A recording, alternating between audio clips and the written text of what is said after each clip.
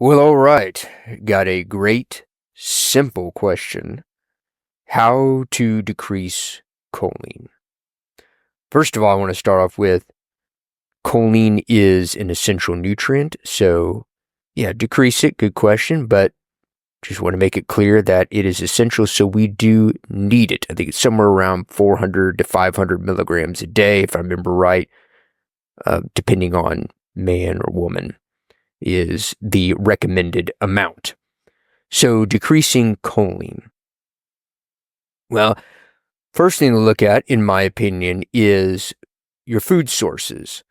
So choline is very high in like liver, beef liver, eggs, beef. It's also in non-animal products such as soybeans, kidney beans, I think is another decent source of choline.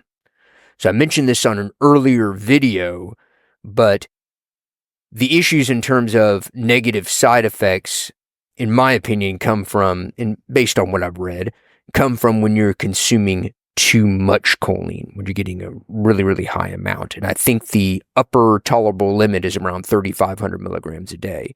And that is a lot of choline. And I mentioned that in terms of diet, that would be possible, in my opinion, if somebody's on like a carnivore diet where they're just eating nothing but eggs, in beef, liver, etc., which are high sources of choline. So just be cognizant of how much animal products you're consuming and then the amount of choline in those animal products. I guess that's one. Another thing to look at is supplementation.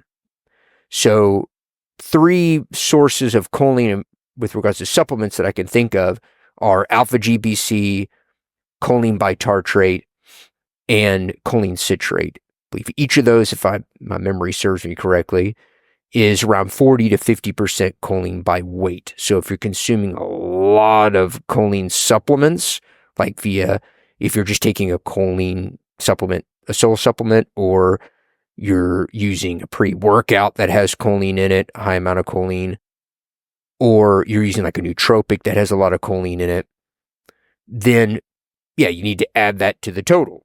But still, even with that, unless you're mega dosing pre-workout, which I guess is possible, but highly doubt, or nootropics, which can be more expensive, or just a sole choline supplement, unless you're mega dosing those and you're on a carnivore diet and eating a ton of animal products, the chances of somebody getting to 3,500 milligrams a day of choline, possible, but not probable, in my opinion. Maybe I'm missing something, but that's just my opinion.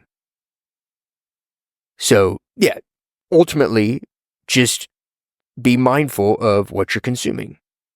Now, something else to consider, because this was a comment on a video with me talking about TMA, which is what's called trimethylamine, which is part of the choline molecule. Choline is what's called a quaternary amine. And then when bacteria feed on the choline, whatever amount of choline you consume that gets to the large intestine, then what's left over is trimethylamine, which is actually just part of the molecule.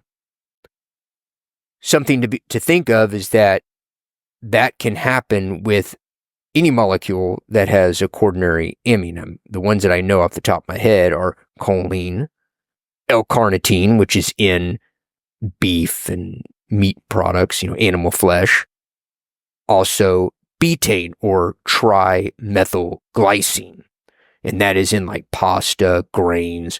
So again, be mindful of your consumption of those products as well, because that can be potentially metabolized in the large intestine to TMA. So, man, that's my 2 cents. Thanks for the question. Take care.